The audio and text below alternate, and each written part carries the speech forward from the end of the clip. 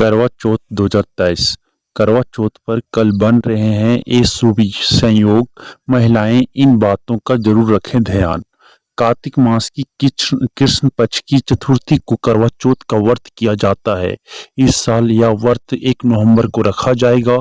इस दिन सुहागिन महिलाएं अपने पति की लंबी आयु के लिए यह व्रत बड़े श्रद्धा भाव से रखती है। सुहागिन महिलाएं इस दिन चंद्रमा की पूजा करके अपने पति के सामने इस व्रत को तोड़ती है।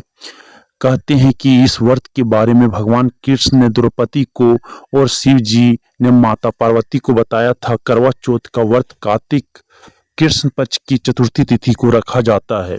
इस दिन विवाहित महिलाएं अपने पति की लंबी उम्र के लिए व्रत रखती हैं। साथ ही कन्याएं भी अच्छे वर के लिए व्रत रखती है। यह व्रत परिवार की सुख समृद्धि के लिए भी रखा जाता है। ऐसी मान्यता है कि अगर महिलाएं इस दिन कुछ भी इच्छा मांगे तो वो पूरी हो जाती है। इस बार करवा चौथ 1 नवंबर बुधवार को रखा जाएगा। करवा चौथ शुभ मुहूर्त। हिंदू पंचांग के अनुसार करवा चौथ का व्रत कार्तिक माह के कृष्ण पक्ष की चतुर्थी तिथि को रखा जाता है।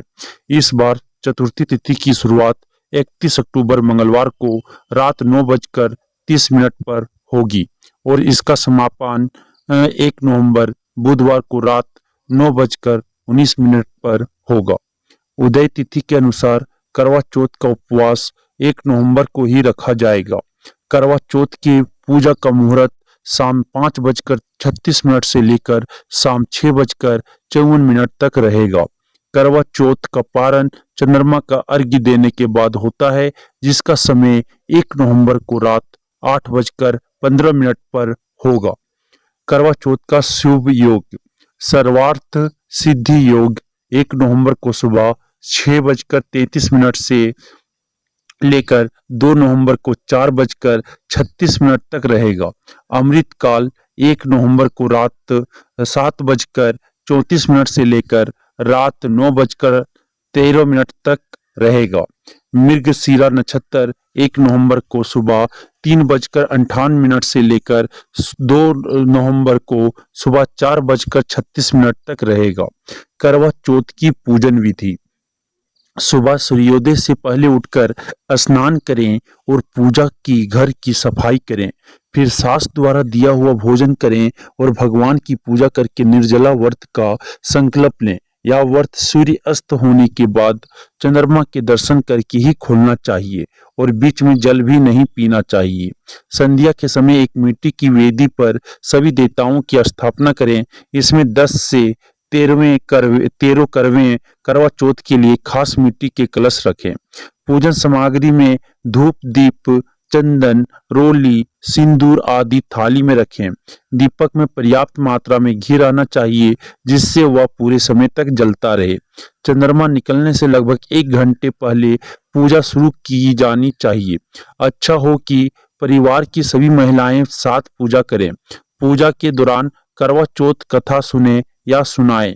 चंद्र दर्शन छलनी के द्वारा किया जाना चाहिए और साथ ही दर्शन के समय अर्घ्य के साथ चंद्रमा की पूजा करनी चाहिए।